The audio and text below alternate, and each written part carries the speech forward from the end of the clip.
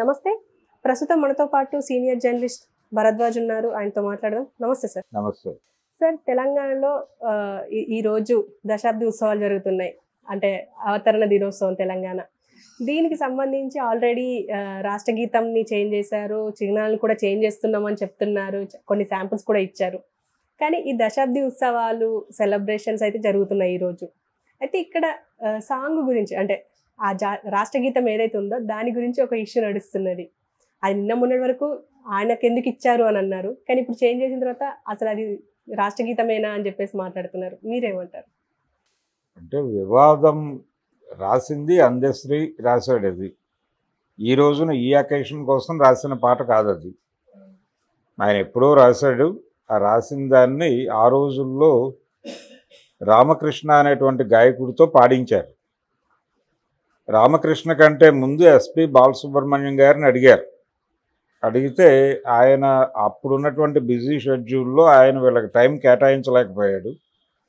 ఒకటి ఆయన చెప్పిన కారణం అయితే నేను ఇప్పుడు టైం కేటాయించలేను అని చెప్పాడు. అయితే ఇంకొక వెర్షన్ కూడా ఉంది దానికి.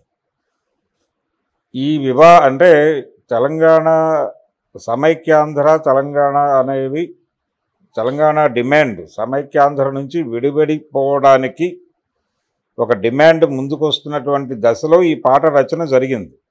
ఈ పాట రికార్డింగ్ జరిగింది. ఈ పాట పాడటం ద్వారా వేర్పాటువాదానికి తోడ్పాటును అందించాడు బాలసుబ్రహ్మణ్యం అని జనాలు ఎక్కడ అంటారో అనే ఉద్దేశం ఆయనకు మనసులో ఉండటం వలన నేను పాడను, నాకు ఇప్పుడు కుదరదు అని చెప్పాడు అనే కూడా ఒక వెర్షన్ ఉంది. ఏదేమైనా కానీ వాళ్ళు ఇమ్మీడియట్గా వెళ్ళి రామకృష్ణని అప్రోచ్ అయ్యారు. ఆయన పాడాడు.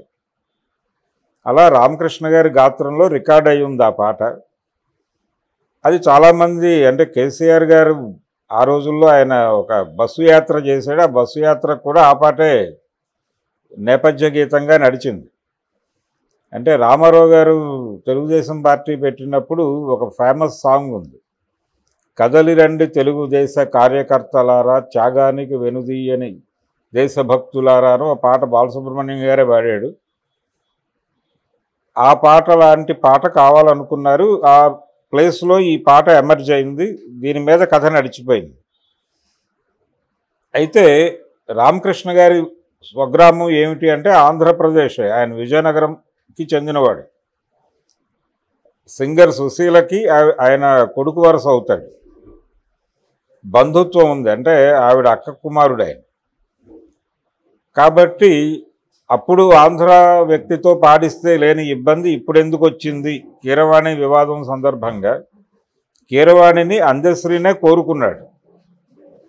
కీరవాణితో చేయిద్దామని అనుకున్నప్పుడు కీరవాణిని అప్రోచ్ అయ్యాం, నాకే సంబంధం లేదు అని రేవంత్ రెడ్డి గారు చెప్పుకున్నాడు. అందశ్రీ గారు రైటరు, ఆయన యాప్ట్ చేసుకున్నాడు కీరవాణిని, నాకేం సంబంధం అన్నాడు. ఒకవేళ ఇళయరాజాని ఆయన చూస్ చేసుకుని ఉంటే ఇళయరాజా దగ్గరికి వెళ్ళి ఉండేది, లేకపోతే రెహమాన్ దగ్గరికి వెళ్ళేది, ఎవరి దగ్గరికైనా వెళ్ళొచ్చు, తప్పేం లేదు. కానీ ప్రధానంగా విమర్శ వచ్చింది ఎక్కడంటే ఇది ఒక చారిత్రకమైనటువంటి సందర్భాన్ని మార్క్ చేస్తూ ఈ పాటని ముందుకు తీసుకొస్తున్నారు. ఇప్పుడు ఆల్రెడీ ఉన్న పాటను యాజ్ ఇట్ ఈజ్గా ఉంచినా ఏమయ్యేది కాదు, డిస్కషన్ వచ్చి ఉండేది కాదు. ఆల్రెడీ జనం దాంతో క్యారీ ఫార్వర్డ్ అవుతున్నారు కాబట్టి. కానీ ఈ అకేషన్ కోసం దాన్ని ప్రత్యేకంగా డిజైన్ చేద్దామనే కోరిక పుట్టింది వీళ్ళకి. పుట్టినప్పుడు ఇది అస్తిత్వవాద ఉద్యమం, తెలంగాణ ఉద్యమం అనేది అస్తిత్వవాద ఉద్యమం.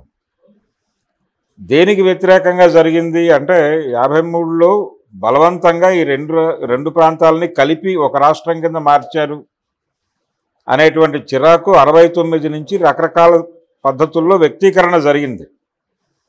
సో ఈ అస్తిత్వవాద ఉద్యమ నేపథ్యంలో ఆవిర్భవించినటువంటి తెలంగాణ రాష్ట్రాన్ని ఆ వచ్చినటువంటి సందర్భం అంటే రాష్ట్రం ఏర్పడినటువంటి ఆవిర్భవించినటువంటి 10 సంవత్సరాల తర్వాత దశాబ్ది ఉత్సవాలు జరుపుకుంటున్నారు. ఈ ప్రత్యేక సందర్భంలో మళ్ళీ వెళ్ళి ఆంధ్ర ప్రాంతానికి చెందినటువంటి సంగీత దర్శకుడితో ఎందుకు ట్యూన్ చేయిస్తున్నారు? మీరు తెలంగాణలో ఉన్నటువంటి అనేక మంది సంగీత కళాకారులు ఉన్నారు, వాళ్ళతో ఎందుకు చేయించుకోలేదు? ఇతర సందర్భాలు వేరు. ఇతరేతర సందర్భాల్లో ఎవరితోనైనా చేయించుకోవచ్చు. కానీ ఇది ఒక ప్రత్యేక సందర్భం. ఈ సందర్భానికి అలా చేయటం కరెక్ట్ కాదు అనే ఉద్దేశంతో చాలామంది వ్యతిరేకత వ్యక్తం చేశారు. ఈ వ్యతిరేకతల మధ్య ట్యూన్ చేసి బయటకు వచ్చింది ఆ పాట. వచ్చిన తర్వాత దాని మీద రకరకాల వ్యాఖ్యానాలు మళ్ళీ మొదలైనవి. అంటే మొదటి వివాదం కీరవాణిని సంగీత దర్శకుడిగా తీసుకోవడం మీద వివాదం. ఇప్పుడు బయటకు వచ్చినటువంటి అవుట్పుట్ మీద విమర్శలు మొదలైనవి. దీనికి ప్యారలల్గా ఇప్పుడు కాంగ్రెస్ పార్టీ కొత్తగా పన్నినటువంటి ఎత్తుగడ ఏంటంటే ఈ వివాదాన్ని ఇలా వదిలిపెట్టకూడదు, బీఆర్ఎస్ మీద కూడా దాడి చేయాలి అనే ఉద్దేశంతో ఇప్పుడు బీఆర్ఎస్ కూడా ఈ అకేషన్లో ఒక పాట మనోతో పాడించే ప్రయత్నం చేశారు. మనో ఎవరు అనే ఒక ఇది మొదలుపెట్టారు, ఇన్వెస్టిగేషన్ మొదలుపెట్టి అతను కూడా అక్కడ వాడే, అంటే ఆంధ్ర ప్రాంతం వాడే, పర్టికులర్గా గుంటూరు జిల్లా రేపల్లె ఈ ప్రాంతాలకు చెందినటువంటి వ్యక్తి. వాళ్ళ తల్లిదండ్రులు ఇద్దరు నాటకాల్లో ఉండేవారు. అలా నాటక సమాజాల నుంచి వచ్చినటువంటి గాయకుడు అతను. సో వాళ్ళు మరి గుంటూరు జిల్లా నుంచి వచ్చినటువంటి మనోతో ఎలా పాటిస్తారు మీరు అని వీళ్ళు కౌంటర్ అటాక్ మొదలుపెట్టారు వాళ్ళ మీద. వాళ్ళేమో ఈ పాట బాలేదు అంటే దీని ట్యూన్లో ఆ ప్రేరణ కనిపించడం లేదు అనేది ప్రధానమైన గొడవ. అందశ్రీ మీద కూడా విమర్శలు నడుస్తున్నాయి. ఏది తెలంగాణ యూత్ నుంచే, పర్టికులర్గా ఉస్మానియా యూత్ నుంచి అందశ్రీ మీద ఒక అటాక్ నడుస్తోంది. ఇదంతా చూస్తే నేటివ్ తెలంగాణ ఓటు ఏదైతే బీఆర్ఎస్కి వ్యతిరేకంగా కాంగ్రెస్ వైపు టర్న్ అయిందో వాళ్ళ మనోభావాలు ఎక్కడో గాయపడుతున్నట్టుగా అనిపిస్తోంది ఈ అకేషన్ సందర్భంగా. అందుకని ఇంకొంచెం బ్రాడర్ వేలో చేసుంటే బాగుండేది ప్రోగ్రామ్ డిజైనింగే.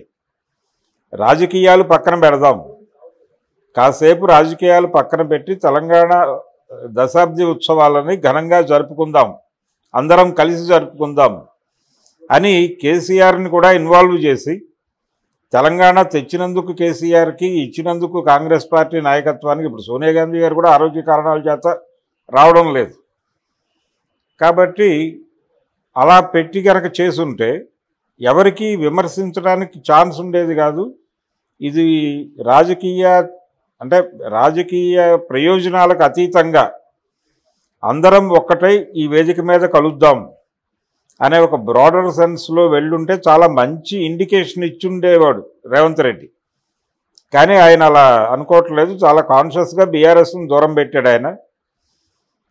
అందుకని వాళ్ళు ప్యారలల్గా ఇంకొక కార్యక్రమం చేస్తున్నారు. ఇప్పుడు ఆ కార్యక్రమం మీద వీళ్ళ విమర్శలు, వీళ్ళ కార్యక్రమం మీద వాళ్ళ విమర్శలు. ఈ ప్రాసెస్లో విద్యార్థులు కొంచెం నెగిటివ్గా ఫీల్ అవుతున్నారు ఇద్దరి మీద. ఇలా వీళ్ళు నేటివ్ తెలంగాణ ఓట్ల నుంచి దూరం జరుగుతున్నటువంటి సందర్భం కనిపిస్తోంది. అందుకని ఇప్పటికైనా సరే జరిగిందేదో జరిగింది, ఫర్దర్గా ఇలా జరగదు లాంటి ఒక అష్యూరెన్స్ అయినా కాంగ్రెస్ ప్రభుత్వం ఇవ్వగలిగితే వాళ్ళ మనోభావాలు కొంచెం కుదుటపడతాయి. లేకపోతే గాయపడినటువంటి మనోభావాలు రేపు అనేక ఎన్నికలు జరగాల్సి ఉంది, స్థానిక సంస్థల ఎన్నికలు ఇవి. వాటిల్లో దీని ఇన్ఫ్లుయెన్స్ ఏదైనా పడే ఛాన్స్ అయితే ఉంటుంది. కాంగ్రెస్ పార్టీ కొంచెం జాగ్రత్తగా, అంటే జాగ్రత్త మాత్రమే కాదు, కాన్షియస్గా దాన్ని చూడాల్సినటువంటి అవసరం అయితే ఉంది. కొంచెం ఒళ్ళు దగ్గర పెట్టుకుని వ్యవహరించాలి ఇలాంటి విషయాలు. పర్టికులర్గా తెలంగాణ ఉద్యమం అస్తిత్వవాద ఉద్యమము అనేది గుర్తించాలి ముందు. Okay sir, thank you.